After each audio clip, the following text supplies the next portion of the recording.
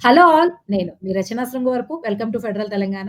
ఒకప్పుడు stock market అంటే అందరూ కూడా కొంత రిస్క్‌గా భావించేవాళ్ళు. ఇన్వెస్ట్ చేస్తే పెట్టిందంతా పోద్దేమోని భయం, ఎన్నో ఆత్మహత్యలు, ఎంతో నాలెడ్జ్ ఉండి, ఎంతో రిసర్చ్ చేసి, మధ్యలో ఎవరో ఒకరిని పెట్టుకొని ఇన్వెస్ట్ చేసే వాళ్ళే చాలామంది ఉండేవాళ్ళు. కానీ లేటెస్ట్‌గా 2024 డిసెంబర్ నుంచి చూస్తే స్టాక్ మార్కెట్‌లో యూత్ పార్టిసిపేషన్ ఎక్కువ పెరిగిపోతూ ఉంది. అంటే ఓవరాల్‌గా 30 ఏళ్లలోపు ఉన్నవాళ్ళు 39% మంది స్టాక్ మార్కెట్‌లో ఇన్వెస్ట్ చేస్తూ ఉంటే ముఖ్యంగా యువత. 40 ఏళ్లలోపు వాళ్ళు 70%, మహిళలైతే 1/4% వరకు ఇన్వెస్ట్ చేస్తూ ఉన్నారు. మన తెలుగు రాష్ట్రాల వాటా అయితే రీసెంట్‌గా 7%గా తేలింది ఇన్వెస్ట్‌మెంట్స్‌లో. బీహార్ లాంటి రాష్ట్రంలో కూడా ఎక్కడైతే ఏదైతే అండర్ డెవలప్డ్‌గా మనం చెప్పుకుంటామో 5 ఏళ్లలో 6, 7, 8% పెరిగింది. సో, ఈ స్టాక్ మార్కెట్‌లో యువత ఆసక్తి చూపించడాన్ని మనం ఎలా చూడొచ్చు? అంటే ఇక్కడ 2, 3 కోణాలున్నాయి దీనికి. ఒకటి ఇది నిజంగా వాళ్ళకంత ఫైనాన్షియల్ అవేర్‌నెస్ పెరిగి స్టాక్ మార్కెట్ మీద అంత రీసెర్చ్ చేసేంత ఇది పెరిగిందా యువతలో? దాన్ని ఒక ప్రొఫెషన్‌గా తీసుకుంటున్నారా? లేకపోతే ఇక ఏ ఆప్షన్ లేక ఈ కాలంలో లైఫ్ స్టైల్ పెరగడము, అప్పుల బాధలు పెరగడం వల్ల సేవింగ్స్‌కి ఎక్కువ స్కోప్ లేకపోవడం వల్ల రిస్క్ అయినా పర్లేదనుకుంటున్నారా? Social media ఇన్‌ఫ్లూయెన్సా?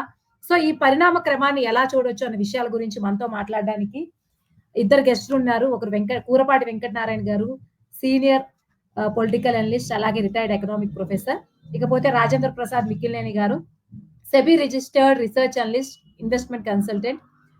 ఈక్విటీ రిసర్చ్‌లోను ప్రొడక్ట్ మేనేజ్మెంట్‌లో 20 ఏళ్ల అనుభవం ఉంది. కేఎల్ఎం వెల్త్ ప్రైవేట్ లిమిటెడ్, కార్బేజ్ stock broking limited, Zen securities limited వంటి సంస్థలతో పనిచేస్తున్నారు. So, welcome to federal Telangana Venkatanarayana garu, Rajendra Prasad గారు. ముందు రాజేంద్ర ప్రసాద్ మీతో మొదలు పెడదాం. మీరు స్టాక్ మార్కెట్ అనలిస్ట్‌గా ఆల్‌మోస్ట్ 20 ఏళ్ల నుంచి ఉన్నారు గాబట్టి, ఇప్పుడు ఎక్కువ కనిపిస్తూ ఉన్నారు. మీరు చూసిన అప్పటి నుంచి ఇప్పటి వరకు యూత్ పార్టిసిపేషన్ ఎలా ఉంది? ఇప్పుడైతే గ్రాడ్యుయల్‌గా పెరిగిందనే చెప్పుకోవచ్చు. ఈ పెరగడానికి గల కారణాలు ఏమై ఉంటాయని మీరు అనుకుంటున్నారు? ఫస్ట్ ఆఫ్ ఆల్ నమస్తే మేడం. నమస్తే సార్. యాక్చువల్‌గా అందరికీ కూడా ఇప్పుడు ఎస్పెషల్లీ ఇప్పుడు మేడం చెప్పినట్లుగా 2020 కరోనా ఎప్పుడైతే వచ్చిందో, ఇప్పుడు లైఫ్ అనేది బిఫోర్ కరోనా, ఆఫ్టర్ కరోనా లాగా ఉంది యాక్చువల్‌గా చెప్పాలంటే. ఎస్పెషల్లీ స్టాక్ మార్కెట్స్‌లో గానీ, ఇన్వెస్ట్‌మెంట్స్‌లో గానీ, ట్రేడింగ్‌లో గానీ ఇవన్నీ చూస్తే ఏంటంటే పార్టిసిపేషన్ లెవెల్స్ అనేవి నియర్లీ 10 టైమ్స్ అయినాయి. అప్పటికి ఇప్పటికి చూసుకుంటే ముఖ్యంగా అది వరకు ఏంటంటే వర్క్ ఫ్రమ్ హోమ్ అనే ఆప్షన్ ఎప్పుడు లేదు, అసలు మనం ఎప్పుడు వినలేదు. అయితే either you are in office or you are on leave, either on work or leave. This nothing like work from home అనేది లేదు. సో వర్క్ ఫ్రమ్ హోమ్ వచ్చినప్పుడు తర్వాత ఏమైందంటే చాలా మంది especially young professionals, IT professionals వీళ్ళందరూ ఇంటి దగ్గర ఉండి అదే కోఇన్సిడెన్స్ ఏంటంటే మనకి టెలికామ్ 5G 4G అన్ని వచ్చేసేటప్పటికి ఏంటంటే మొబైల్ ఇంటర్నెట్ అనేది ఒక రెవల్యూషన్ లాగా వచ్చేసింది. So everything people can trade anything and everything from their home. So మనం అప్పుడప్పుడు కొంతమంది ప్రైవేట్ కాన్వర్సేషన్ లో జోకింగ్ గా చెప్పుకునే వాళ్ళు, ఆఫీస్ స్టాఫ్ వాళ్ళు, work from home became trade from home. So virtual గా చూసుకుంటే ఏంటంటే పార్టిసిపేషన్ లెవెల్స్ అనేవి even numbers also says that one. Before 2020 around 4 crore demat accounts ఉంటే ఇండియాలో, ఇప్పుడు ఆల్మోస్ట్ 16 crore డిమాట్ అకౌంట్స్ అయినాయి, అంటే 4 టైమ్స్ అయినాయి. సో తర్వాత ఇన్వెస్టర్స్ కానీ ట్రేడర్స్ కానీ రిస్క్ టేకింగ్ క్యాపబిలిటీ అనేది చాలా ఎక్కువ పెరిగింది. అది ఎందుకు పెరిగింది దానికి there are multiple factors. One like ఇదేంటంటే comparison and competition with others. తర్వాత so much of information is available on internet and so much of అంటే కరోనాలో ఏమైందంటే బేసికల్ గా మనం నిన్నటి వరకు చూసిన వాళ్ళు సడన్ గా మనకు రేపొద్దున కనపడలేదు. అంటే లాస్ట్ వీక్ చూసాము, ఈ రోజు కనపడలేదు. So people started realising that one we need to live our life to the fullest extent. So we have to travel, we have to earn, we have to take risk. అలా ఆ risk taking capability అనేది బాగా పెరిగింది. Coincidental గా ఇలా mobile revolution, internet revolution, తర్వాత especially discount brokerages companies offering nearly free trading అంటే trading అనేది without any charges, with minimal charges అవన్నీ కూడా కలిసి వచ్చినాయి. ఏంటంటే బేసికల్ గా people started aggressively participating in markets, aggressively trading. Especially మనకి సెబీ వాళ్ళు చెప్పిందే ఏంటంటే బేసికల్ గా that trend has gone to an alarming level where people are losing lot of money. అంటే nearly 35% of the retail investors contributing for around 80% of the NSE volumes, and lose out of the entire participants 90% are losing money. And మనం చూసుకుంటే ఏంటంటే last 1 year లో trading లో losses వచ్చి around 1 lakh crore retail investors lost money అనేది it's an alarming kind of report. So ఇది ఏంటంటే basically గా ట్రేడింగ్ కానీ ఇన్వెస్ట్మెంట్ కానీ ఒక లెవెల్ ఆఫ్ మెచ్యూరిటీ అనేది అవసరము, ఒక level of risk taking capability అనేది అవసరము. తర్వాత our risk taking capability should match with the product risk profile అనేది, ఇవన్నీ చూసుకుని కేర్ఫుల్ గా వెళ్లాల్సిన పరిస్థితుల్లో మనము అగ్రెసివ్ గా వెళ్ళిపోతే జరిగిన కాన్సిక్వెన్సెస్ అని అనుకోవాలి మేడం ఇవన్నీ కూడా.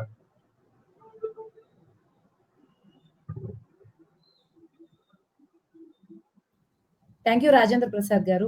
ఓవరాల్ గా ఆఫ్టర్ కోవిడ్ నుంచి అంతా మారిపోయిందని చెప్పారు. Technical aspect, risk taking abilities పెరిగిన పరిణామ క్రమం కూడా చెప్పారు. Thank you so much. Venkata Narayana గారు, ఒక జనరల్ అనలిస్ట్ గా మీరు ఎలా చూస్తారు? అంటే మనకు ప్రసాద్ గారు చెప్పినవి చాలా వివరాలు, కొంచెం చాలా అంటే వారు టెక్నికల్ గా కానీ మార్కెటింగ్ లో వచ్చిన మార్పులు, టెక్నాలజీలో వచ్చిన మార్పులు, తర్వాత ఉద్యోగస్థి రీత్యా వచ్చినటువంటి అనేక రకమైన మార్పులు, మైగ్రేషను, ఇవన్నీ కూడా. తర్వాత కాలేజెస్ కూడా చాలా పెరిగిపోయినాయి. మొత్తం జనం అంతా కూడా, యూత్ చాలా మంది కూడా ఈ software side, pharmacy side, national international లెవెల్లో పనిచేసేటువంటి అవసరం ఏర్పడ్డది, ఆ డైరెక్షన్లో పోతుంది. ఇంకొకటి మనకు గ్లోబలైజేషన్ ఏర్పడ్డది 1991 నుంచి మార్కెట్ ఎకానమీ చాలా విస్తరించిపోతున్నది. ఇంకా నెక్స్ట్ పాయింట్ ఏంటంటే, మనం మామూలు చిన్న చిన్న పెట్టుబడిదారులు కాదు, ఇప్పుడు కార్పొరేట్ పెట్టుబడిదారులు బాగా పెరిగిపోయింది. జాతీయ అంతర్జాతీయ స్థాయి పెట్టుబడిదారులు కూడా రావడం జరిగింది. అంటే నేను కూడా 1980 నుంచి 85 నుంచి స్టాక్ మార్కెట్లో అప్పుడప్పుడు ఎంటర్ కావడం, లేకపోతే అంటే బాగా నాకు ఇన్వెస్ట్మెంట్ చేసే ఇంట్రెస్ట్ లేదు, కానీ ఒకటి ఏంటంటే ఫర్ లెర్నింగ్ ప్రాసెస్ అనుకోండి, లేకపోతే దీన్ని ఎలా ఉంటుందో దీన్ని ఎక్స్పీరియన్స్ కావాలని నేను చూశాను. అప్పుడు 1000 రూపాయలు, 2000, 5000 రూపాయలు పెట్టుబడి పెట్టి షేర్లకు అప్లై చేసేది. అయితే వచ్చేది, లేకపోతే లేదు. మళ్ళీ అది నెలకు, 2 నెలలకు, 3 నెలలకు అది వచ్చిందో రాలేదో, మళ్ళీ ఆ ఫండ్ రీఫండ్ ఆర్డర్ రావాలి అని ప్రాబ్లమ్స్ ఉండే. ఇప్పుడు ఏమైపోయింది, ఆన్లైన్లో మనం పంపించడం, అది ఎక్సానో అనేది తెలిసిపోతుంటుంది, భద్రత ఉంటుంది, అది డీడీలు రావాల్సిన అవసరం లేదు, సింపుల్గా మన మనీ మనకు సేఫ్గా ఉంటుంది. ఇలాంటి మార్పులు చాలా విషయాలు ఇప్పుడు ప్రసాద్ గారు చెప్పారు. అయితే ఏంటంటే ఇప్పుడు మార్కెట్లో దేశం యొక్క ఆర్థిక వ్యవస్థలో ఎక్కువ భాగం కార్పొరేట్ సిస్టమ్ అయిపోయింది. పెట్టుబడిదారులు ఒక సైడ్ అయిపోయారు, కార్మికులు తర్వాత ఉద్యోగులు లాంటి వాళ్ళు ఒక సైడ్ అయిపోయారు. ప్రజల్లో చాలా మంది ఓనర్స్ కాదు ఇప్పుడు, అంటే డైరెక్ట్గా ఇన్వెస్ట్మెంట్ ప్రమోట్ చేసి ఇండస్ట్రియలిస్ట్ గా రావడానికి అవకాశం లేదు. చిన్న చిన్న పరిశ్రమలు కానీ, చిన్న చిన్న ఇన్వెస్టర్స్, అంటే దాని ఇన్వెస్టర్స్ ఐ మీన్ కొత్త కంపెనీలు పెట్టే వాళ్ళకు ధైర్యం సరిపోతుంది. 1000 కోట్లలో పెడుతున్నారు ఇప్పుడు. అదాని కానీ, అంబానీ కానీ, ఇట్లా రకరకాల ఓస్వాలు, వీళ్ళు ఇంకా 1000 మంది అట్లా ఉన్నారు నేషనల్ ఇంటర్నేషనల్ లెవెల్. కాబట్టి సాధారణంగా ఉద్యోగం చేసుకునే వాళ్ళు, వ్యాపారం చేసుకునే వాళ్ళు, సరే ఇంకా కొంత ఏదో రకంగా అదనంగా సంపాదించుకోవాలనుకుంటే వాళ్ళకు ఈ స్టాక్ మార్కెట్ కూడా ఒక వన్ ఆఫ్ ది సోర్సెస్ అయిపోయింది. వేరే మార్గం లేదు. ఇక ఈ మిడిల్ ఆర్డర్లో ఉన్న ప్రజలకి ఏ ఆసరా లేనటువంటి, లేక సాధారణ ఇన్సెక్యూర్ జాబ్ చేసే వాళ్ళు కావచ్చు, అభద్రత ఉండేటువంటి వ్యాపారాలు కావచ్చు, ఇవన్నీ చేసే వాళ్ళకు స్టాక్ మార్కెట్లో కూడా ఏదో కొంత మనం ఎంటర్ అయితే బాగుందనే కోరిక పుట్టింది వాళ్ళకు ఈ గత 15-20 సంవత్సరాల నుంచి. కాబట్టి అనేక రెట్లు పెరిగింది. ఒక పబ్లిక్ ఇష్యూ వస్తే ఇప్పుడు 1000 కోట్ల రూపాయల అది సబ్స్క్రైబ్స్ అది జరుగుతుందా? పూర్వం నేను చూసిన రోజుల్లో కూడా 200 కోట్లు, 300 కోట్లు, 500 కోట్లు అంటే పెద్దది అన్నట్టు. 1000 కోట్లు అంటే ఇంకా పెద్దది. ఇప్పుడు అలా కాదు, 1,00,000 కోట్ల వరకు కూడా పోయేటువంటి అవి వస్తున్నాయి. కాబట్టి మనీ అనేది సర్క్యులేషన్లో భాగంగా ఇది కూడా ఒక వ్యాపారంగా, ఒక ఇన్వెస్ట్మెంట్గా మారిపోయినటువంటి పరిస్థితి. కాబట్టి చదువుకున్న వాళ్ళ సంఖ్య పెరిగింది, అవేర్నెస్ వారన్నట్టుగా విషయాలు తెలుస్తున్నాయి. ఈక్విటీలో పెట్టాలా, లేకపోతే మ్యూచువల్ ఫండ్లో పెట్టాలా, లేక ఇంకా ఇతర రకాలు ఎన్నో రకాల ఆప్షన్స్ ఉన్నాయి. కాబట్టి ఆ ఆప్షన్స్లో మార్కెట్లో మారుతున్న పరిస్థితులను బట్టి అవి కూడా మారుతుంటుంది. ఫర్ ఎగ్జాంపుల్ వడ్డీ రేటు బాగా పెరిగిపోయింది. పూర్వకాలం 16-15% వడ్డీ ఉండేది మనం తీసుకుంటే రుణాలు. కనీసం మనం డిపాజిట్ చేసే వాళ్ళకు 12% అలా ఇచ్చేది. ఇప్పుడు ఏమైంది, క్రమంగా తగ్గి 5%, 4%, 6%కి వచ్చింది. అంటే డిపాజిట్ చేసే వాళ్ళ యొక్క ఇంట్రెస్ట్ లాంటి ఏవి కలతలేదు. దాంతో ఇన్ఫ్లేషన్ ట్రెండ్ తోటి చూస్తే అసలు ఇంట్రెస్ట్ లెక్కే కాదు. ఈ రకంగా నష్టపోయే ప్రమాదం ఉంది. ఇంకొకటి ఏమైందంటే, ఈ మధ్యన మీరు అన్నట్టుగా రియల్ ఎస్టేట్ అనేది బాగా డౌన్ అయిపోయి ఉన్నది. అది తారాస్థాయికి వెళ్ళిపోయింది. కొనే అవకాశం లేదు, కొనే స్తోమత లేదని ఇక డబ్బు ఏం చేయాలి, వాళ్ళు ఖాళీగా పెట్టుకుంటట్లేదు. కాబట్టి ఏదో దాంట్లో మనం ఇన్వెస్ట్ చేయాలి. డిపాజిట్ చేయడానికి కూడా వడ్డీ రేటు బాగా తగ్గిపోయింది. కాబట్టి మ్యూచువల్ ఫండ్స్ కానీ, లేకపోతే ఈక్విటీలో కానీ రకరకాల ఆప్షన్స్ ఉన్నాయి కదా, అందులో ఆ ఆప్షన్స్లో ఏదో దాంట్లో పెట్టడం. కానీ ఇప్పుడు మిడిమిడి జ్ఞానంతో స్టాక్ ఎక్స్చేంజ్లో పోయిన వాళ్ళు నష్టపోయే పరిస్థితి ఉందని వారు చెప్పారు. అది ఇంకో కోణంలో ఆలోచించవచ్చు. కానీ ఇప్పుడు గ్లోబలైజేషన్ వచ్చిన తర్వాత మార్కెట్ ఎక్స్పాండ్ అయింది. చాలా మంది ప్రజలకు ఏంటంటే, వాళ్ళకి వేరే వ్యవసాయ భూములు కోల్పోయినారు, ఎటు పరిశ్రమలలో పెట్టుబడి చేసి వాళ్ళు ఏదో కొత్త పరిశ్రమలు పెట్టేట స్తోమత కూడా లేదు. ఉద్యోగం చేసేవాళ్ళు, ఆర్గనైజ్డ్ కానీ అన్ఆర్గనైజ్డ్ సెక్టర్లో పనిచేసే వాళ్ళు, కెపాసిటీ ఉన్నవాళ్ళు, లేక దాంట్లో మనం వ్యాపారం చేయొచ్చు అనేటువంటి వాళ్ళు కొంతమంది, వారు అన్నట్టుగా అనేక రెట్లు 15-20 సంవత్సరాల్లో చాలా మార్పు వచ్చేసింది. It's a good sign. Expanding ఎకానమీలో జరుగుతుందనేది మనం, అది సహజమే. కాబట్టి ఆటుపోట్లు ఉంటాయనేది కూడా సహజమే. It's a good change. ఎందుకంటే ఇందులో కొంత సెక్యూరిటీ ఉండే అవకాశం ఉంది, కొంత ఇన్సెక్యూరిటీ ఉంటుంది. లాభ నష్టాలు ఎప్పుడైనా మనం లాభం ఎక్స్పెక్ట్ చేసినప్పుడు తప్పకుండా నష్టం భరిస్తాం అనేటువంటి లక్ష్యంతో, అంటే అది ఒక ఆ నష్టభయం కూడా ఉంటుంది అనుకొని పోతున్నారు. అలా నష్టాలు అయితే ఉంటాయి, ఒక రకంగా అదే ప్రయోజనాలు కూడా అయిన వాళ్ళు ఉన్నారు. చాలా మంది 10 ఏళ్ల లోపల ఇండెక్స్ చాలా పెరిగిపోయింది. మన స్టాక్ మార్కెట్లో నిఫ్టీ కానీ, లేకపోతే సెన్సెక్స్ కానీ అనేక రెట్లు. నేను ఒక యాక్టివ్గా ఇన్వెస్టర్గా ఉన్నప్పుడు ఇట్ వాజ్ అబౌట్ బిలో 10,000 ఇది సెన్సెక్స్. ఇప్పుడు ఈ మధ్య నేను 20 సంవత్సరాలు దాని నుంచి పట్టించుకోలేదు. I have seen this is now 80,000 ఇండెక్స్లో ఉన్నది ఇప్పుడు. అది వాట్ ఈస్ ఎ వండర్. కాబట్టి అంటే వాల్యుయేషన్ కూడా తగ్గిపోయింది. కాబట్టి ఇది వాల్యూ ఆఫ్ మనీ కూడా బాగా తగ్గిపోయింది అఫ్ కోర్స్. కానీ తప్పకుండా it's a very expanding and dominating sector in the economy. ఏది స్టాక్ మార్కెట్ అనేది ఇలా పరిశ్రమల యొక్క, వివిధ రకాల సర్వీస్ సెక్టర్ యొక్క, ఈ నాన్ అగ్రికల్చర్, ఈవెన్ అగ్రికల్చర్ సంబంధించిన ప్రోడక్ట్స్ కూడా వస్తున్నాయి. కాబట్టి మొత్తం ఎకానమీని బాగా ప్రభావితం చేసేటువంటి సెక్టర్గా ఇది మారిపోయింది. తప్పకుండా ఈ ఆటుపోట్లు ఉన్నప్పటికీ కూడా ఇప్పుడు మన ఏదైతే మిడిల్ క్లాస్లో ఉన్న వాళ్ళు కావచ్చు, ఎబిలిటీ ఉన్న వాళ్ళు ఇందులో పార్టిసిపేట్ చేసి రిస్క్ని క్యాల్కులేట్ చేసుకొని, ఎక్స్పర్ట్స్ ఇప్పుడు ప్రసాద్ లాంటి వారి యొక్క సహకారము, వారి యొక్క సలహాలు తీసుకొని అలాంటివి జరుగుతున్నాయి. It's a good sign. ఎందుకంటే మనం ఒకసారి మార్కెట్ ఎకానమీని యాక్సెప్ట్ చేసినాక, ప్రైవేట్ ఎకానమీని యాక్సెప్ట్ చేసినాక, ఇవన్నీ కూడా part of the private economy, part of the expanding economy.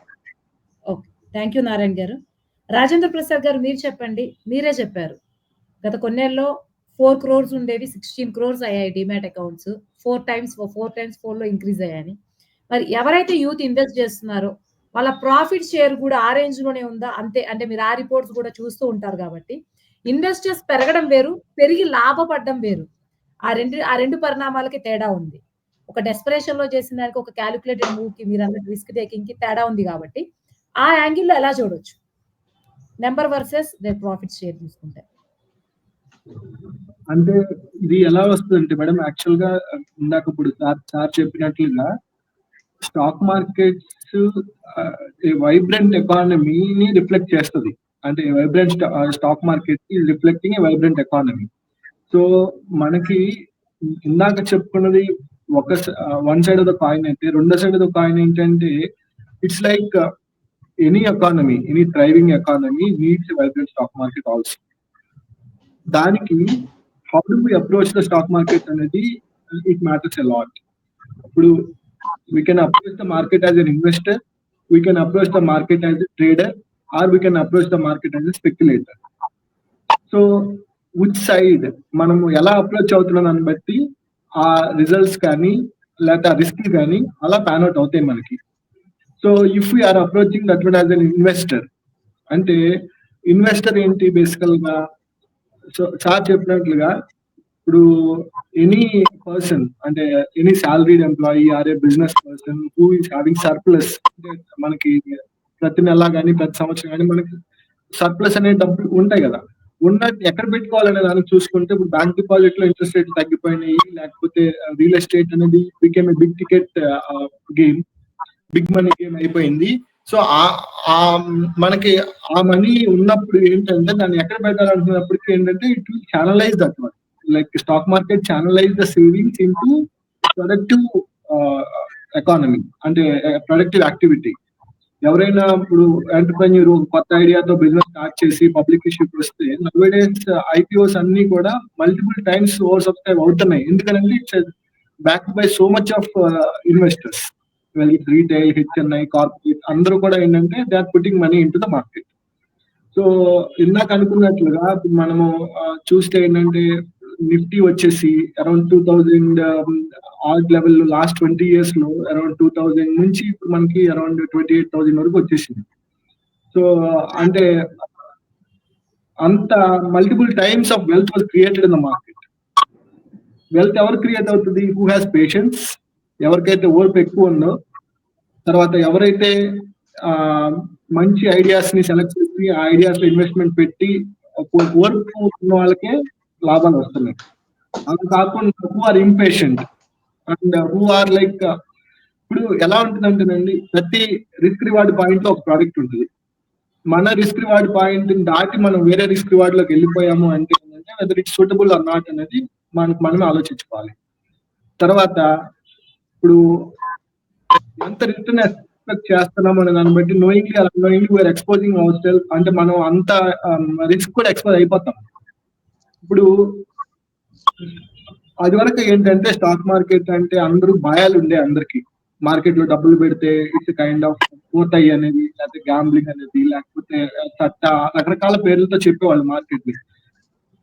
అది ఎలా ఉంటుందంటే మనం ఇందాక అనుకున్నట్టు మనం ఎలా అప్రోచ్ అవుతున్నాం అనే దాన్ని బట్టి మనకి అలా వస్తుంది. So if you're approaching the market speculator, మీకు ఆ స్పెక్యులేటర్ కి ఉండాల్సిన రిస్క్ రివార్డ్లన్నీ మీకు తగులుతాయి. సో అప్పుడు మన ఎక్స్పీరియన్స్ కూడా ఇట్ విల్ రిజల్టింగ్ లైక్ మనకి అంటే ఇప్పుడు ఎవరైనా ఒక లాటరీ టికెట్ కొనుక్కున్నారు అనుకోండి, వాళ్ళకి లాటరీ వస్తేనేమో లాటరీ మంచిదని చెప్తారు, రానాళ్ళు ఏం చెప్తారు లాటరీ జోలు పోకూడదని చెప్తారు. సేమ్ అలాగే స్పెక్యులేషన్ చేసే వాళ్ళకి ఎవరితో, ఇప్పుడు మనం ఇందాక సెబీ చెప్పిన స్టాటిస్టిక్స్ చూసుకున్నా కానీ ప్రతి 100 మందిలో 9 మందికి డబ్బులు వస్తున్నాయి, 90 మందికి పోతున్నాయి. సో మనం వెళ్ళి ఆ 9 మందిని అడిగాం అనుకోండి స్పెక్యులేషన్ మంచిదా కాదని, ఓకే చాలా మంచిది, మాకు చాలా డబ్బులు వచ్చినాయి, మీరు కూడా చేసుకోండి అని చెప్తారు. అదే మనం 90 మందిని అడిగాం అనుకోండి, అరే మాకు మొత్తం ఉన్న డబ్బులు పోయి అసలు మార్కెట్ జోలికి పోవద్దని చెప్తారు. ఇలా కాకుండా ఏంటంటే బేసికల్ గా ఇప్పుడు మనం ఎవరి వాళ్ళు ఏంటంటే ఎంత రిస్క్ తీసుకోవాలి, ఇప్పుడు మన దగ్గర ఉన్న సేవింగ్స్ ఎంత, అందులో మనం ఎంత రిస్క్ తీసుకోవాలి, ఆ రిస్క్ తగ్గ ప్రోడక్ట్ ని లేకపోతే ఆ రిస్క్ తగ్గ కంపెనీస్ ని లేకపోతే మనం సెలెక్ట్ చేసుకుని మనం వాటిలో ఇన్వెస్ట్మెంట్ చేసుకోవాలి. ఇప్పుడు దేర్ ఆర్ సర్టెన్ అంటే ప్రతిదానికి కూడా ప్రాసెస్ ఉంటుంది. అలాగే ఇప్పుడు ప్రతిదానికి కూడా ఒక సర్టెన్ లెవెల్ ఆఫ్ ఎక్స్పీరియన్స్ కానీ అవసరం అవుతుంది. అవన్నీ కూడా మనం దృష్టిలో పెట్టుకుని చేసుకుంటే కనుక markets have created enormous wealth investors. So మేము మన కళ్ళ ముందు చూసాము లాస్ట్ 20 years లో there are so many companies. ఇప్పుడు 5,000 కోట్లు 10,000 కోట్ల రూపాయలు ఇప్పుడు 1,00,000 కోట్లు 2,00,000 కోట్లు 3,00,000 కోట్లకి వెళ్ళిపోయినాయి. సో అంటే ఏంటి, ఆ ప్రమోటర్స్ తో పాటుగా యాజ్ ఎ షేర్ హోల్డర్ ఎవరైతే ఆ జర్నీలో పార్టిసిపేట్ చేశారు, యాజ్ ఎన్ ఎంప్లాయీ కానీ లేకపోతే యాజ్ ఎన్ ఇండివిజువల్ ఇన్వెస్టర్ కానీ పార్టిసిపేట్ చేసిన అందరికీ కూడా బెనిఫిట్స్ అనేవి వస్తాయి. సో వాళ్ళు అలాగే ట్రావెల్ చేసుకుంటూ వెళ్ళారు. అంతవరకు ఉండాలి కదా, అంతవరకు ఉన్న వాళ్ళకి మార్కెట్ ఇట్ ఈస్ పాసిబుల్. అంటే మార్కెట్స్ అనేవి ఏంటంటే ఇట్ గివ్స్ లాట్ ఆఫ్ అంటే రివార్డ్స్ అనేవి ఉంటాయి మార్కెట్ లో, బట్ రిస్క్ కూడా ఉంటాయి. ఆ రిస్క్ అర్థం చేసుకుని మనం ఎంత రివార్డ్ ఎక్స్పెక్ట్ చేయాలి అనేది, అంటే ఎక్స్పెక్ట్ చేసినంత మనకు రాకపోవచ్చు, బట్ ఆ ఎక్స్‌పెక్టేషన్స్ అనేవి కంట్రోల్‌లో పెట్టుకొని వెళ్తే గనక over a long period of time markets will create lot of money అండి. స్పెక్యులేషన్‌లో ఏమవుతుంది అంటే బేసికల్‌గా ఇందాక సార్ చెప్పినట్టుగా చిన్న ఇన్వెస్టర్లు, పెద్ద ఇన్వెస్టర్లు. ఎవరైతే బాగా డబ్బులు ఇప్పుడు మనం రీసెంట్‌గా చూసుకున్న ఇన్సిడెంట్ కూడా చూసుకుంటే ఏంటి ఒక ఫారిన్ ఎంటిటీ ఎవరైతే ఉన్నారో వాళ్ళ దగ్గర ఎనార్మస్ డబ్బులున్నాయి. వాళ్ళ దగ్గర బోలెడన్ని డబ్బులున్నాయి. సో ఆ డబ్బులన్నీ తీసుకొచ్చి with sheer money power they move the market. అంటే వాళ్ళు మార్కెట్ ఎలాగంటే అలా తీసుకుపోయి స్పెక్యులేటర్స్ అందరూ నష్టపోయారు. వాళ్ళొక్కళ్ళే లాభపడ్డారు. సో వాళ్ళు సుమారుగా ఒక 40,000 కోట్లు వాళ్ళకి ప్రాఫిట్ వచ్చిందంట. అంటే మన రిటైల్ ఇన్వెస్టర్లు 1,00,000 క్రోర్ నష్టపోతే అందులో ఒక పెద్ద ఇన్వెస్టర్ ఒకళ్ళకే 40,000 కోట్లు లాభం వచ్చింది. సో అంటే ఏమవుతుంది బేసికల్ గా స్పెక్యులేషన్ అనేది టెక్నాలజికల్లీ అడ్వాన్స్డ్ అంటే స్ట్రాటజీ అయిపోయింది. చాలా పెద్ద మొత్తంలో డబ్బులు అవసరం అవుతున్నాయి. ఇప్పుడు వాళ్ళు ఆల్గో ట్రేడింగ్ కానీ హై ఫ్రీక్వెన్సీ ట్రేడింగ్ కానీ రకరకాల హై అండ్ స్ట్రాటజీస్ డిప్లాయ్ చేయగలుగుతారు. వాళ్ళతో పోటీ పడటం అనేది అది చిన్న ఇన్వెస్టర్ వల్ల చాలా కష్టం అవుతుంది. వాళ్ళు తీసుకున్నంత అంటే ఎక్కువ అమౌంట్ మనం చిన్న ఇన్వెస్టర్ పెట్టలేదు. సో ఇలా ఏంటంటే బేసిక్‌గా మనం ఎలా అప్రోచ్ అవుతాము అనేది. బట్ చిన్న ఇన్వెస్టర్లు అందరూ కూడా they can approach the market as investor. ఇప్పుడు మనం ఎలా అయితే మనం సేవింగ్స్ పెట్టుకోవడానికి ఇదొక alternative revenue with a high risk and reward profile. ఇప్పుడు బ్యాంక్ డిపాజిట్లు అనుకోండి 0% రిస్క్ ఇందాక సార్ చెప్పిన 5% రిటర్న్స్ ఉంటాయి. సో మార్కెట్ అంటే ఏంటి బై ఈక్విటీ అనేది by nature it's risk asset class. ఇప్పుడు ఏ బిజినెస్ అయినా రిస్క్ ఉంటుంది. మనం సొంతంగా బిజినెస్ చేసినా సరే మన బిజినెస్ ఉండే రిస్క్ మన బిజినెస్ ఉంటే మనం వేరే వాళ్ళ బిజినెస్ ఇన్వెస్ట్ చేస్తే ఆ బిజినెస్ లో ఉండే రిస్క్ ఆడుకుంటాయి. ఎంత చెట్టుకి అంత గాలి అంటారు కదండి. అలాగే ఎంత ఏ సైజు లో ఉన్న బిజినెస్ కి ఆ సైజు లో ఉన్న రిస్క్లు రివార్డులు ఉంటాయండి. సో దాన్ని చాలా జాగ్రత్తగా ప్లాన్ చేసుకుని ఎవరైనా సరే చిన్న మొత్తంలో ఇన్వెస్ట్ చేద్దాం అంటున్న అందరూ కూడా they can approach the market as investor not as a speculator or a trader. ఎందుకంటే ఆ డేటా చూసుకున్నా కానీ 90% జనాలకు డబ్బులు పోతున్నప్పుడు మనం జాగ్రత్తగా ఉండటం అనేది అవసరం. మనం ఆలోచించుకోవాలి. అదే 90 మందికి డబ్బులు పోతున్నాయి ఆ లైన్ లో వెళ్తే అన్నప్పుడు మనం కూడా పోకుండా ఉండాలంటే మనం ఫస్ట్ ఆ లైన్ లోకి వెళ్ళకూడదు అనేది మనకు తెలియాలి. అలాగే అక్కడ ఇన్వెస్టర్ చూసుకుంటే ఏంటంటే మనకి ప్రాబిలిటీ ఆఫ్ అంటే మనం డబ్బులు చేసుకునే అవకాశాలు ఎక్కువ ఉంటాయి. ఇక్కడ కూడా నష్టాలు రావని చెప్పట్లేదు. ఇన్వెస్టర్ కూడా నష్టాలు వస్తాయి. కానీ ఏంటంటే లాభాలు కూడా చాలా ఎక్కువ వస్తాయి. అలాగే మనము జాగ్రత్త పడటానికి ఇప్పుడు టైం కూడా మనకు ఉంటది ఇన్వెస్ట్మెంట్ ప్రాసెస్. స్పెక్యులేషన్ లో ఏంటంటే ఇప్పుడు వీక్లీ ఎక్స్పైరీ అని మంత్లీ ఎక్స్పైరీ అని ఎక్స్పైరీ ట్రేడ్స్ ఇండెక్స్ ఆప్షన్స్ ఇవన్నీ చేసేసి యాక్చువల్గా ఏంటంటే అంత షార్ట్ విండోస్ లో ఏంటంటే it is very difficult to understand ఏమవుతుంది మార్కెట్ లో మార్కెట్ ఎందుకు ఇలా అల్లకల్లం తెలుసుకునేటప్పటికే అంతా అయిపోతుంది. ఇన్వెస్ట్మెంట్ ప్రాసెస్ అలా ఉండదు. ఎందుకంటే we're preparing for a long run.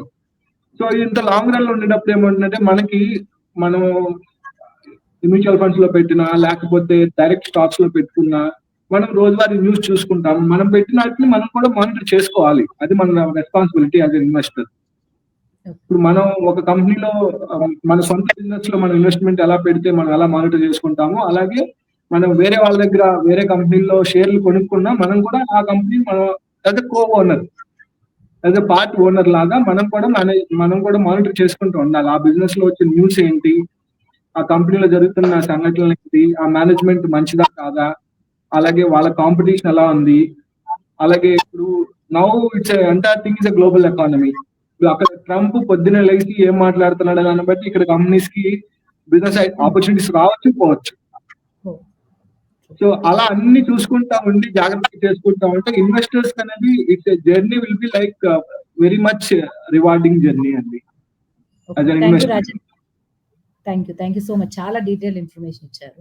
Venkatanarayana గారు మీరు చెప్పండి. మీరే అన్నారు ఇందాక బ్యాంక్ ఇంట్రెస్ట్ రేట్స్ కానీ మిగిలిన సేవింగ్ ఆప్షన్స్ అనేవి యువతకి తగ్గిపోతున్నాయని.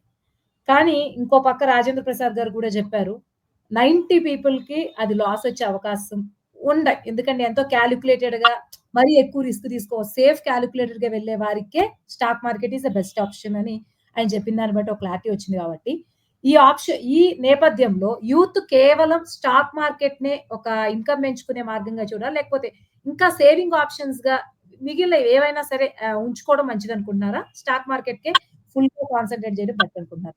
అక్కడే బాగా నేర్చుకొని ఉండడం బెటర్ అనుకుంటున్నారా?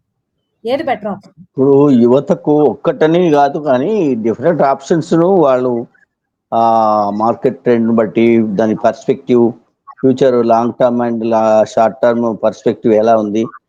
మన ఉన్న ఆప్షన్లు ఏంటి? బ్యాంకింగ్ ఒకటి ఉంది. తర్వాత ఇన్సూరెన్స్ కంపెనీలు అంటే అది పెద్దగా అది కాదు కానీ ఇటు మ్యూచువల్ ఫండ్స్. స్టాక్ మార్కెట్ ఉంటది. సరే స్టాక్ మార్కెట్‌లో వారు చెప్పినట్టుగా ఇప్పుడు ఒక ఇన్వెస్టర్‌గా ఉంటాడా? లేకపోతే ఒక ట్రేడర్‌గా ఉంటాడా? ఒక స్పెక్యులేటర్‌గా ఉంటాడా? అంటే వాళ్ళ కెపాసిటీని బట్టి, వాళ్ళకుండే ఆర్థిక స్తోమతను బట్టి అట్లా డిసైడ్ చేసుకోవాలి. తర్వాత రిస్క్ తీసుకోకుండా ఉండాలంటే సెలెక్టివ్‌గా ఏవైతే మార్కెట్‌లో లాంగ్ రన్‌లో సక్సెస్ అయినాయో వాటినే సెలెక్ట్ చేసుకోవాలి కొత్త ఇన్వెస్టర్ ఎప్పుడైనా. రిస్క్ ఎక్కువ వాడేటువంటి ఎందుకంటే మోసం చేసే కంపెనీలు కూడా వస్తుంటాయి. ఇవాళ మన ఏంటంటే దేశంలో కరప్షన్ అనేది బాగా ఉంది. అఫీషియల్స్ కూడా సెబీలో గాని, ఎందులో గాని వాళ్ళు కూడా కరప్షన్ చేసి అన్ని రకాల అనుమతులు ఇస్తున్నారు. ఎన్ని రకాల ప్రజలను మోసం చేయడానికి ఈ అధికారులు కూడా బాగానే సీరియస్‌గా ఇన్వాల్వ్ అయిపోయి వాళ్ళ డబ్బు వాళ్ళు వసూలు చేసుకొని పర్మిషన్‌లు ఇచ్చే పరిస్థితి ఉంటది.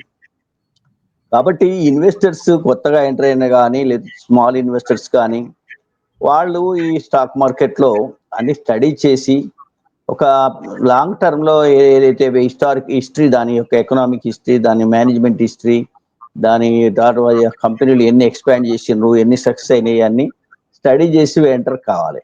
అలాంటి ఓపిక లేని వాళ్ళు ఏం చేసేయాలంటే కొంత బ్యాంకింగ్ ఇండస్ట్రీ నుంచి కూడా కొన్ని మ్యూచువల్ ఫండ్స్ వస్తున్నాయి కాబట్టి ముఖ్యంగా ఎస్‌బీఐ గాని లేకపోతే మనకు ఐసీఐసీ గాని, హెచ్‌డీఎఫ్‌సీ గాని ఇలాంటి వాళ్ళయి కొన్ని తర్వాత ఈక్విటీ మ్యూచువల్ ఫండ్స్ కూడా వచ్చేసినాయి ఇప్పుడు. అందులో కూడా కొన్ని కంపెనీలు సెలెక్టివ్‌గా చూస్తే వాళ్ళయి కూడా పెర్ఫార్మెన్స్ బాగున్న వాటికి ఎంటరయ్యాయి. కాబట్టి ఈ నష్టపోయినామంటే మనం స్టడీ చేయకపోవడం కొంత, మనం వెంట దానికి అనాలిసిస్ చేసుకొని దాని ప్రకారం పోవాలి. తర్వాత ఏదైనా నష్టం కాగానే మొత్తమే అమ్మేయడం కూడా కరెక్ట్. ఎందుకంటే ఇప్పుడు మార్కెట్‌లో కొన్ని లాబీలు ఏం చేస్తున్నాయంటే సడెన్‌గా రేట్ బాగా పెంచి కొనేస్తారు ఒక్కొక్కసారి. వీళ్ళు కూడా అట్లే చిన్న ఇన్వెస్టర్స్ కూడా కొని చేసేస్తే సడన్‌గా అది కింద పడేస్తారు మళ్ళా. ఆ కింద పడేయంగానే ఈ చిన్న ఇన్వెస్టర్స్ ఆ తక్కువ రేట్లకు అమ్ముకుంటారు. వీళ్ళు అన్నీ మళ్ళా కొనుక్కుంటారు. కాబట్టి ఈ రకంగా బయట స్పెక్యులేషన్ అనేది ఎందుకు జరుగుతుందనే దాన్ని స్టడీ చేయాల్సిన అవసరం ఉంది. అయితే దాన్ని ఎప్పుడు కూడా నిరంతరము స్టాక్ మార్కెట్‌లో ఇప్పుడు ప్రసాద్ గారు లాంటి వాళ్ళైతేనో స్టడీ చేసి అర్థం చేసుకొని దాన్ని మూవ్ అయితారు. కానీ నాలాంటి వాళ్ళు ఏంటంటే నేను ఇతర యాక్టివిటీస్‌లో ఉంటాం. ఎప్పుడో ఒకసారి అని ఇన్వెస్ట్ చేసి చూస్తాము. లాస్ కాగానే చాలా డిసప్పాయింట్‌మెంట్ తోటి అమ్మేయండి అని చెప్పేస్తాం. అలా కాదు కదా! మై ఎక్స్‌పీరియన్స్ నేను అపోలో 1980స్‌లోనే ఇచ్చారు. ఇస్తే రూ. 5 ఎంబడి ఇచ్చి మిగిలిన రూ. 5 మళ్ళీ 2, 3 ఏళ్ళు, 5 ఏళ్లకు మళ్ళీ కలెక్ట్ చేసుకున్నారు షేరు. 10, 12 ఏళ్ళు ఖాళీగా ఉంది అది. రూ. 10, రూ. 8, రూ. 9 ఉండేదది. ఇక నాకు ఏంటంటే 10, 15 ఏళ్ళు అయింది కదులుతలేదులే. ఎక్కువ అపోలో హాస్పిటల్ అక్కడ ఏది మద్రాస్‌లో ఉండేది ఎక్కువది. బాగా ఇక్కడ కూడా జూబ్లీ హిల్స్‌లో పెట్టారు. కానీ ఈ మధ్యన చూస్తే అది వేలల్లో పడిపోయి పెరిగిపోయింది. నేను అప్పుడే అమ్మేశాను. 2000 షేర్లు. అంటే ఇప్పుడు ఓపిక అనేది ఒక దీర్ఘకాలికంగా ఉండి దాన్ని రిటైన్ చేసినట్టయితే లాభాలొస్తాయి. కానీ ఏదో క్షణంలోనే డబ్బులు రావాలి అనే పద్ధతిలో ఉంటే అలాంటి ఇన్వెస్ట్‌మెంట్ చేయలేం. ఈక్విటీలో పెట్టుకోవాలి. కాబట్టి ఇవన్నీ కూడా కొంత ఇన్వెస్టర్స్ ఎవరైతే ఉన్నారో ఇప్పుడు చాలా వరకు ఈ ట్రైనింగ్ అవి ఇవి ఇస్తున్నారు. ఏది ఈవెన్ వరంగల్ లాంటి టౌన్‌కొచ్చి కూడా ఈ ఇన్వెస్ట్‌మెంట్ ఎలా చేయాలని కొంతమంది సరే వాళ్ళని నమ్మాలా లేదా గానీ సరే నమ్మక తప్పదు. మనం అండర్‌స్టాండ్ చేసుకోవడానికి అందులో పోయి మాట్లాడుకోవాలి. ఆ చర్చలలో పాల్గొనాలి. అవసరమైతే 10 రోజులకో, 15 రోజులకో వాళ్ళు కొంత చార్జ్ చేస్తే తీసుకొని దాంట్లోకి పోవాలి మనం. రిస్క్ తీసుకోవాల్సినప్పుడు ఇటువంటి ఖర్చులు పెట్టుకొని కూడా మనం ప్రాసెస్ నేర్చుకోవాలి. నేర్చుకొని అనేక రకాల లిటరేచర్ కూడా వస్తుంది మనకు. సెల్ ద్వారా గాని అనేక రకాల ద్వారా మనకు ఇన్ఫర్మేషన్ వస్తుంది. కాబట్టి ఎప్పటికప్పుడు స్టడీ చేయకుండా చేయడం అనేది అది కరెక్ట్ కాదు. ఏది బిజినెస్ చేసినా గానీ ల్యాండ్ బిజినెస్ అయినా కావచ్చు, లేకపోతే ఏ రకమైన బిజినెస్‌లో గానీ దాని గురించి ఒక అనాలిసిస్ చేసి దాని మంచి చెడులు తెలుసుకొని ఎండ్ రిజల్ట్ ఎట్లా ఉంటదనేటువంటిది అంచనా వేసుకొని పోవాలి. కానీ ఇంకో ఒక మార్గం ఏందంటే ప్రసాద్ గారికి కూడా తెలుసనుకోండి. ఇయాల ప్రభుత్వాలు కూడా ఏంటంటే సీరియస్‌గా ఈ మనీ ప్రజలను ముంచేటువంటి కంపెనీలొచ్చినా గానీ, లేక ట్రేడ్ మార్కెట్‌లో ఇది స్టాక్ మార్కెట్‌లో చేసే దందాలను అరికట్టడానికి సెబీ ఉన్నప్పటికీ కూడా సెబీ కూడా కొన్ని తప్పులు చేస్తున్నది మనం ఇటీవల చూసాం. కాబట్టి గవర్నమెంట్ సీరియస్ గా పనిష్మెంట్ చేయాలి ఎక్కడైనా తప్పు దొరుకుతుంది. కానీ ఈ దేశంలో పనిష్మెంట్ చేయడానికి చట్టాలు ఉన్నా కానీ చట్టాలు ఎఫెక్టివ్ లేవు. ఆ ఎఫెక్టివ్ గా ఇంప్లిమెంట్ చేసే అధికారులు కూడా వాళ్ళు కూడా లంచగొండలు అయిపోయి చేస్తున్నారు. కాబట్టి అనేక ఇష్యూలలో కూడా ప్రజలు నష్టపోతారు. కానీ ఈ అఫెండర్స్ ఎవరైతే ప్రజల సొమ్మును దోపిడీ చేసుకునే వాళ్ళకి పెద్దగా పనిష్మెంట్ అయినట్టుగా తీవ్రంగా వాళ్లకు శిక్ష అయ్యి మళ్ళీ నెక్స్ట్ ఎవరైనా చేయకుండా చూసేటువంటి పద్ధతులు ఈ దేశంలో మాత్రం అమలు కావడం లేదనేది అది నిజం. కాబట్టి ఇన్వెస్టర్ కు రక్షణ ఎవరు అనేది అంటే ఇది గాలి రక్షణ, ఇది మార్కెటే రక్షణ అయిపోయింది. ప్రభుత్వం ఉన్నదేనికి ఏమైనా లైసెన్స్ ఇచ్చారు, మీరు ఎంతన్నా దోపిడీ చేసుకోండి, మేమైతే చూస్తూ ఉంటాం, మాకు ఇప్పుడు ఎన్నికలు అప్పుడు మాత్రం డబ్బులు ఇస్తే చాలు అనేటువంటి ఆలోచనలు ఉన్నటువంటి ఊర్జా ప్రభుత్వాలు ఉన్నాయి. కాబట్టి ఈ ప్రభుత్వాల ఆసరా తీసుకొని ఆ అవినీతి పరులైనటువంటి అధికారుల యొక్క అండదండలతోటి ఎన్నో స్కాములు జరుగుతూనే ఉన్నాయి. ఆనాడు హర్షద్ మెహతా స్కామ్ జరిగింది, మధ్యన అప్పుడప్పుడు స్కామ్స్ అయితేనే ఉన్నాయి, కానీ వాళ్ళకి ఏం జరుగుతలేదు. సరే, ఈ రకంగా జరగకుండా ఎక్స్పాండింగ్ మార్కెట్లో కొంత ఏంటంటే నూతనంగా ఈ మార్కెట్లకు వచ్చే వ్యక్తులకు రక్షణ కల్పించాలంటే ప్రభుత్వం యొక్క ముఖ్యంగా సెబీ కానీ దానికి సంబంధించినటువంటి స్టాక్ మార్కెట్ సంబంధించిన నియంత్రణ సంస్థలన్నీ కూడా వెరీ ఎఫెక్టివ్ గా పనిచేయాలి. అందులో పనిచేసే ఉన్నతాధికారులకు కూడా ఈ సిన్సియారిటీ ఉండాలి. కానీ పార్టీకి అనుకూలంగా ఉన్నోని ఏదో ఇది సిద్ధాంతాన్ని, మన పార్టీ సిద్ధాంతానికి అనుగుణంగా ఉన్న వాళ్ళని తీసుకుపోయి అందులో వేస్తారు. వాళ్ళ పార్టీ సిద్ధాంతం పక్కకు పెట్టి వాళ్ళు దోపిడీ చేసే సిద్ధాంతం వాళ్ళు అమలు చేస్తున్నారు. కాబట్టి ఇదంటే ఇప్పుడు ఎక్స్పాండింగ్ ఎకానమీ, ఇది అమెరికా కాదు, లేదా లండన్ కాదు, లేక బాగా వెరీ పర్ఫెక్ట్ గా మెచ్యూర్ అయినటువంటి వ్యవస్థ కాదు. కాబట్టి ఇన్వెస్టర్స్ నష్టపోకుండా, ఈ చిన్న ఇన్వెస్టర్స్ నష్టపోకుండా ఉండే పద్ధతిలో ఈ కంపెనీల మీద కానీ నియంత్రణ వ్యవస్థల మీద కానీ నిఘా ఉండాలని నేను భావిస్తున్నా. ఎందుకంటే వారు చెప్పినట్టుగా 90% పీపుల్ నష్టపోయినాక ఆ స్టాక్ మార్కెట్ ఏందన్నట్టు, ఎట్లా నడుస్తుంది అన్నట్టు, ఎవరి కోసం నడుస్తుంది అన్నట్టు, అంటే దోపిడీదారులకు ఈ స్కాములు చేసేటోళ్ళ కోసం నడుస్తుందా? కాబట్టి ప్రభుత్వం కూడా నిద్రపోతుందా? నియంత్రణ వ్యవస్థలు ఏం చేస్తున్నాయి అనేది కూడా ప్రశ్నించవలసిన విషయం ఇది.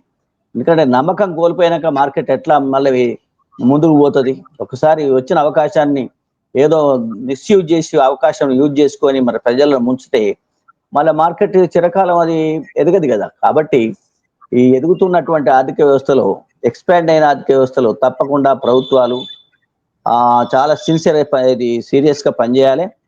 పెద్ద ఇన్వెస్టర్స్ ఎవరైతే ఇది పెట్టుబడిదారులు ఉన్నారో, అదాని లాంటి వాళ్ళు కానీ, అంబానీ లాంటి వాళ్ళు కానీ, ఇంకా చాలా మంది ఉన్నారు, వాళ్ళు కూడా సంపాదనకు వాళ్ళ సొంత ప్రయోజనాల కంటే ఎక్కువ ఇన్వెస్టర్ ప్రయోజనాలను కాపాడవలసినటువంటి అవసరం ఉన్నదనేది వాళ్ళు కూడా నైతికంగా భావించాలి. మనకు టాటా కంపెనీస్ ఉన్నాయనుకోండి, టాటా వాళ్ళ చరిత్ర మీకు తెలుసు, 100 సంవత్సరాల చరిత్ర ఉంది. ఇన్వెస్టర్ ఎన్నడూ అన్యాయానికి గురి చేయలేదు వాళ్ళు. అలాంటి నిజాయితీ కలిగిన ఇన్వెస్టర్స్ కూడా, ప్రమోటర్స్ కూడా ఈ దేశానికి వ్యవస్థకు అవసరం అని నేను భావిస్తున్నాను. థ్యాంక్ యూ నారాయణ గారు. ఓవరాల్ గా చర్చ ముగింపుకు వచ్చాము. ఒకటే క్వశ్చన్, మీరిద్దరు 1 to 2 minutes లో కన్క్లూడ్ చేసేయండి. ప్రసాద్ని చెప్పానండి. నారాయణ గారు, రాజేంద్ర ప్రసాద్ గారు, ఇప్పుడు మీరిద్దరు positive and negative sides of it చెప్పారు. అంటే పాజిటివ్ అంటే ఎంత రిస్క్ తీసుకుంటే అంత హై రివార్డ్ ఉంటుంది. ఇదంతా కూడా యూత్ ఇప్పుడు ఎక్కువ ఎర్న్ చేసుకోవాలనుకున్నా, ఇప్పుడున్న ఇన్ఫ్లేషన్ ని ఫైట్ చేయాలన్నా this is the best option. కాకపోతే ఇంకొక వైపు డార్క్ సైడ్ కూడా నారాయణ గారు చెప్పారు. జరుగుతున్నటువంటి కరప్షన్ గాని, అవినీతి గాని, స్కామ్స్ గాని, ఇవి ఇంకొక సైడ్, సరైన అధ్యయనం లేకపోవడం ఇంకొక సైడ్. ఈ నేపథ్యంలో యువత ఎంత బ్యాలెన్స్డ్ గా దీన్ని ఒక ఇన్కమ్ రెవెన్యూగా చూడొచ్చు, దానికి తీసుకోవాల్సిన జాగ్రత్తలు ఏంటి అన్నది చివరిగా చర్చ ముగింపు వాక్యాలుగా మీరిద్దరూ చెప్పండి 1 to 2 minutes. దాంతో కన్క్లూడ్ చేద్దాం. రాజేంద్ర ప్రసాద్ గారు, ముందు మీరు కన్క్లూడ్ చేయండి. ఒక్కటండి, యాక్చువల్గా ఏంటంటే ఇప్పుడు ఈ స్కామ్స్, ఫ్రాడ్స్ అన్ని జరుగుతాయి. బట్ అన్నిటికీ కూడా మెయిన్ రీజన్ ఏంటంటే ఒక ఇండివిజువల్ గ్రీడ్. ఇప్పుడు ఎవరైనా వచ్చి మీరు ఈ అకౌంట్ కి డబ్బులు ట్రాన్స్ఫర్ చేయండి, మీ రేపు ఒక నెల రోజుల్లో మీకు డబ్బులు అయిపోతే అనగానే ముందు వెనక ఆలోచించుకోకుండా, అసలు అది చెప్పేది కరెక్టా కాదని ఆలోచించుకోకుండా, వెంటనే అది జెన్యూనా ఫేక్ అనేది చెక్ చేసుకోకుండా వెంటనే ట్రాన్స్ఫర్ చేసేస్తున్నారు. ఇప్పుడు అలాగే ఇప్పుడు ఎవరు కూడా ఇప్పుడు జెన్యూన్ గా ఉండే బిజినెస్ ఎవరు కూడా డబ్బులు మా అకౌంట్ లో ఏంటని ఎవరు చెప్పలేదు. సో ఫస్ట్ ఏంటంటే ఇప్పుడు మనం చూస్తుంటే, మనం గత కొద్ది రోజులుగా చూస్తుంటే వార్తలు అన్ని చూస్తుంటే, ఇప్పుడు మనం ప్రతి వారంలో అట్లీస్ట్ ఒకటో రెండో న్యూస్ చూస్తూ ఉంటాం. ఎవరో చెప్తారు, మీరు ఈ స్కీమ్ లో పెట్టండి, లేకపోతే మీరు ఈ అకౌంట్ కి డబ్బులు ట్రాన్స్ఫర్ చేయండి, మీ వెంటనే రెట్టింపు అయిపోతే అనగానే కోట్లు లక్షలు ట్రాన్స్ఫర్ చేసేస్తున్నారు. ఏది అది నిజమైన జెన్యూనిటీ అనేది చెక్ చేసుకోకుండా అత్యాశకు పోవటం అనేది ఫస్ట్ స్టెప్. మనము వాళ్ళకి అవకాశం ఇస్తున్నట్టు, మన అత్యాశే అవతలాలను మోసం చేయడానికి అవకాశం, మనం తలుపు తెరుస్తాం బేసికల్ గా. సో ఈ ఆశ అనేది కంట్రోల్లో పెట్టుకోవాలండి. ఇప్పుడు మన దగ్గర 100 రూపాయలు డబ్బులు ఉన్నాయి, బ్యాంక్ లో పెట్టుకుంటే ఒక సంవత్సరం అంతా ఎదురు చూస్తే గానీ 6 రూపాయలు పెరగవు. అలాంటిది ఈమె 100 రూపాయలు తీసుకెళ్లి ఎవరికో ఇస్తే వాళ్ళు నెల రోజుల్లో రెట్టింపు చేస్తానంటే అది ఎలా సాధ్యపడుతుందని ఒక క్వశ్చన్ వేసుకోవాలి కదా ఎవరైనా కానీ. ఎవరి కాళ్ళు అలా జాగ్రత్తగా ఉండటం అనేది ఫస్ట్ స్టెప్ అండి. సెకండ్, సార్ అన్నట్టుగా రెగ్యులేషన్ అనేది ఇప్పుడు బేసికల్ గా మన దేశంలో కాదు, వరల్డ్ వైడ్ గా అన్నింటిలో ఒకటి ఏమవుతుందంటే, ఈ స్కాములు చేసే వాళ్ళు ఎప్పుడు కూడా రెగ్యులేటర్స్ కంటే కూడా చాలా వేగంగా ఆలోచిస్తారు. సో అది ఇప్పుడు ఒక తప్పు జరిగింది, రెగ్యులేటర్స్ దాన్ని కరెక్ట్ చేస్తారు. కానీ అవతల వాళ్ళు ఏం చేస్తారంటే దానికంటే ఫాస్ట్ గా ఆలోచించి దానికంటే ఇంకొక అడుగు ముందు ఉంటారు. కాబట్టి ఎప్పుడు కూడా స్కామ్లు జరగవు అనుకోవడానికి ఏమి లేదు. మనం 1940, 50s నుంచి చూస్తానున్నాము. ఏదో ఒక ఇండస్ట్రీలో ఏదో ఒక ఫార్మాట్ లో మోసాలు అనేవి జరుగుతూనే ఉంటాయి. కానీ ఫస్ట్ మనకు మనము జాగ్రత్తగా తీసుకోవాలండి. డబ్బులు మనవి, సో రిస్క్ మనది, రివార్డు మనది. కాబట్టి అవతల వాళ్ళు చెప్పే ప్రతి మాటని మనం క్రాస్ చెక్ చేసుకోవడం అనేది, తర్వాత ఆ ఫీల్డ్ లో ఎక్స్పర్ట్లు ఎవరైతే ఉన్నారో ఇది నిజంగా జరుగుతుందా, ఇప్పుడు ఎవరైనా వచ్చి నెల రోజుల్లో మీ డబ్బులు డబుల్ అయిపోతే మీరు దీంట్లో పెట్టండి అంటే ఆ ఫీల్డ్ ఎక్స్పర్ట్లు ఎవరున్నారు, లేకపోతే మన వెల్ విషర్స్ ఎవరున్నారు, వాళ్ళతో సంప్రదించి ఇది నిజమేనా, సాధ్యపడుతుందా, దీంట్లో నష్టాలు ఏంటి, రిస్క్లు ఏంటి అన్ని ఆలోచించి అప్పుడు డెసిషన్ తీసుకోవాలి. అంతేగాని ఎవరికి చెప్పకుండా ఓకే వాళ్ళు చెప్పారు వెంటనే, ఈవెన్ ఫ్యామిలీ మెంబర్ తో కూడా డిస్కస్ చేయరు, ఇంట్లో వాళ్ళతో డిస్కస్ చేసామంటే లేట్ అయిపోతుంది. సో ఆ ఉద్దేశంతో అంత ఫాస్ట్ గా అలా చేస్తున్నారు కాబట్టి అలాంటి మోసాలన్నీ జరుగుతున్నాయి అనేది నా అభిప్రాయం అండి. సో అలా చేయకుండా ఉండాలంటే ఏంటంటే ఎవరి కాళ్ళు ఎక్స్పెక్టేషన్స్ అనేవి రియలిస్టిక్ గా ఉండాలి. మనం భూమి మీద నిలబడి మన చుట్టూ జరుగుతున్న సంఘటనల్ని చూసుకుని వాళ్ళు చెప్పేది నిజమా కాదా, అవుతుందా లేదా అనేది ఆలోచించుకుని చేస్తే ఏంటంటే అట్లీస్ట్ మెజారిటీ ఆఫ్ స్కామ్స్ నుంచి మనం కాపాడుకోవచ్చు. మిగతా స్కామ్ నుంచి గవర్నమెంట్ ఏజెన్సీస్ ఉన్నాయి, ఎదురుగా ఉన్నాయి, వాళ్ళందరూ వాళ్ళ ప్రయత్నాలు చేస్తారు. కానీ మనం అనుకున్నట్టుగా ఫస్ట్ స్టెప్ మనమే తీసుకోవాలి, ఎవరి వాళ్ళే కాపాడుకోవాలి. థ్యాంక్ యూ రాజేంద్ర ప్రసాద్ గారు. నారాయణ గారు మీరు కన్క్లూడ్ చేయండి. నేనంటే వారికి ఎట్లాగో రాజేంద్ర ప్రసాద్ ఈ విషయంలో చాలా పెద్ద నాలెడ్జబుల్ పర్సన్, వారు చెప్పిన అన్ని నిజాలే. అయితే నేను అనేది ఏంటంటే ఒక అకాడమిక్ పర్సనాలిటీగా ఇది గత సరే ఎప్పుడో 60-70 ఏళ్ళ నుంచి కూడా స్టాక్ మార్కెట్, ఈక్విటీస్, తర్వాత కంపెనీలు వచ్చినప్పటికీ కూడా ఈ గ్లోబలైజేషన్ లో మన ఆర్థిక వ్యవస్థలో ఇది మేజర్ సెక్టర్ గా ఎదుగుతా ఉన్నది. కాబట్టి దీన్ని ఏదో గాలికి వదిలేయకుండా ప్రభుత్వం ఏం చేయాలంటే, చదువుతున్న ప్రతి విద్యార్థికి దీని గురించి కూడా మనం హిస్టరీ చెప్పినట్టు, అదే మన సోషియాలజీ చెప్పినట్టుగా ఇది కూడా ఒక పార్ట్ గా కొంత ఎక్స్పాండింగ్ సెక్టర్. కాబట్టి దీన్ని ప్రతి విద్యార్థి, ఇంజనీరింగ్ కావచ్చు, మెడిసిన్ కావచ్చు, ఏ సబ్జెక్ట్స్ అయినా కానీ ఇది కూడా ఒక భాగంగా వాళ్లకు కంపల్సరీ సబ్జెక్ట్ గా కొంత ఏదో ఒక సెమిస్టర్ లో పెట్టేస్తే తప్పకుండా వాళ్ళకు కూడా ఒక సంపూర్ణ జ్ఞానం వస్తుంది. దీనిలో ఉన్నటువంటి అదేది ఫీచర్స్ ఏంటి, దాంట్లో ఎట్లా మనం యాక్టివ్ గా ఇన్వాల్వ్మెంట్ కావాలి, దానివల్ల వచ్చే కష్టాలు ఏంటి, రిస్క్ ఏంటి, దాంట్లో ప్రయోజనాలు ఏంటి అనే విషయాలను గురించి ఒక క్లుప్తంగా వాళ్ళకి తెలిస్తే ఏంటంటే ఇలాంటి మోసం జరగని, లేకపోతే ఇందులో యాక్టివ్ పార్టిసిపేట్ చేయడానికి కానీ, వాళ్ళు దీంట్లోంచి ప్రయోజనాలు పొందడానికి వాళ్ళకు నాలెడ్జ్ కూడా పెంచుకుంటారు. కాబట్టి అకాడమిక్ అన్ని యూనివర్సిటీలో కానీ, ప్రైవేట్ కావచ్చు, ప్రైవేట్ ఈవెన్ గవర్నమెంట్ యూనివర్సిటీలలో తప్పకుండా ఒక సెమిస్టర్ లో ఒక పేపర్ పెట్టేస్తే దీనివల్ల అన్ని వర్గాల ప్రజలు, ఎదుగుతున్న ప్రతి యువత కూడా, అందరికి కూడా అన్ని వర్గాలకు అది చేరుతుంది. కాబట్టి తప్పకుండా దీన్ని తీస్తే ఇది అవసరమైంది అందరికి. ఏదో వ్యవసాయం లాగానే లేకపోతే పరిశ్రమ లాగానో ఇది కూడా ఒక ఇంపార్టెంట్ యాక్టివిటీగా ఉంటుంది. కాబట్టి ఇది పార్ట్ ఆఫ్ ది లైఫ్ గా మారాలని, అది మారుతుంది. కాబట్టి అందులో ఈ ప్రజలు నష్టపోకుండా ఉండాలంటే అవగాహన పెంచాలనేది నేను మీ టీవీ ద్వారా విధానకర్తలకు, ప్రభుత్వాలకు, ఈ నాయకులకు తెలియజేస్తున్నాను. Thank you Narayana garu. రాజేంద్ర ప్రసాద్ గారు, వెంకట నారాయణ గారు. ముఖ్యంగా రాజేంద్ర ప్రసాద్ గారు థ్యాంక్ యూ సో మచ్. మీలో ఉన్న టెక్నికల్ యాస్పెక్ట్స్, ఎవల్యూషన్ గురించి, రిస్క్ మొత్తం స్టాక్ మార్కెట్ గురించి ఆల్మోస్ట్ చాలా క్లుప్తంగా ఈ 40 నిమిషాల చర్చలో చాలా ఇన్ఫర్మేటివ్‌గా చెప్పారు. అలాగే వెంకట నారాయణ గారు ఒక అకాడమిక్ పర్స్పెక్టివ్‌లో స్టూడెంట్స్ గాని, పిల్లలు గాని దానిలో ఇన్వెస్ట్ చేయాలంటే ఎలా దాన్ని ఒక పాఠ్యాంశంగా పెట్టాలి, అలాగే జనరల్‌గా సేవింగ్ ఆప్షన్స్ వీటి గురించి కూడా చాలా చక్కగా మాట్లాడారు. Thank you so much Rajendra Prasad గారు, వెంకట నారాయణ గారు. ఇంత థ్యాంక్ యూ. ఇన్ఫర్మేటివ్ డిస్కషన్‌లో పార్టిసిపేట్ చేసినందుకు. థ్యాంక్ తదుపరి యూ. చర్చ థ్యాంక్ యూ.